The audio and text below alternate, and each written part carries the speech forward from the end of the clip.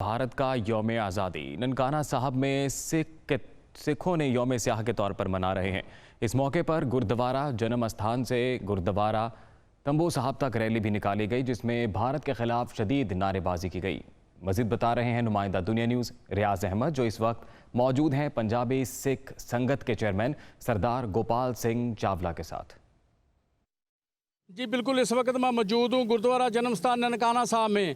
आज भारत 15 अगस्त को यौम आज़ादी के तौर पर मना रही है, लेकिन ननकाना में बसने वाली सिख कम्यूनिटी इसको स्याह दिन के तौर पर मना रही है। सिख कम्यूनिटी ने गुरुद्वारा जन्म स्थान से तंबू साहब तक रैली भी निकाली है। मेरे साथ इस वक्त सिख रहनुमा मौजूद, आइए इस दिन के हवाले से इनसे जानते हैं क्या कहते हैं। इंडिया आज का दिन जो है आज़ादी का दिन मनाता है, तो हम इसको ब्लैक डे के तौर पर मनाते हैं, क्योंकि इंडिया ने हमें दिया ही क्या है। 1947 में देख लें तो सिखों की लाशें गिरी हैं, इंडिया बना है, मगर हमें अपना खालिस्तान नहीं मिला। उसके बाद हमारी शिनाख्त खोई गई, दरबार साहब पर अटैक हुआ, गुरु ग्रंथ साहब की बेअदबियाँ होती हैं, हमारे बच्चों को नशों पे लगाया जाता है, हमारा पानी और सूबों को दिया गया।